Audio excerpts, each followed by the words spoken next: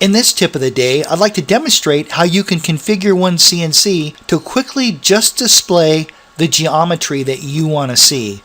Now in this example you can see that we have just one layer, but on this one layer we have surfaces, we have arcs, and we have lines. Now let's say we just want to see the arcs. Well, to just see the arcs we're going to have to hide everything else. A quick way to do that is hit Control A on the keyboard, go up to the top of the screen and select Smart Selection. From there, we're going to select all the geometry that we want to hide. So I'm going to uncheck Keep Selection, select by type, and then I'm going to tell OneCNC to hide all this geometry except the arcs. So by unclicking the arcs, we can click OK.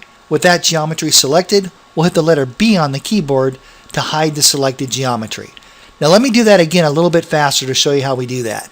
Alright, so again, let's say we just want to see the arcs. We're going to hit Control A, go up to the top of the screen, select your Smart Selection, just uncheck Keep Selection, activate Keep Type, uncheck Arc, click OK, and hit the letter B on the keyboard to hide the selected geometry.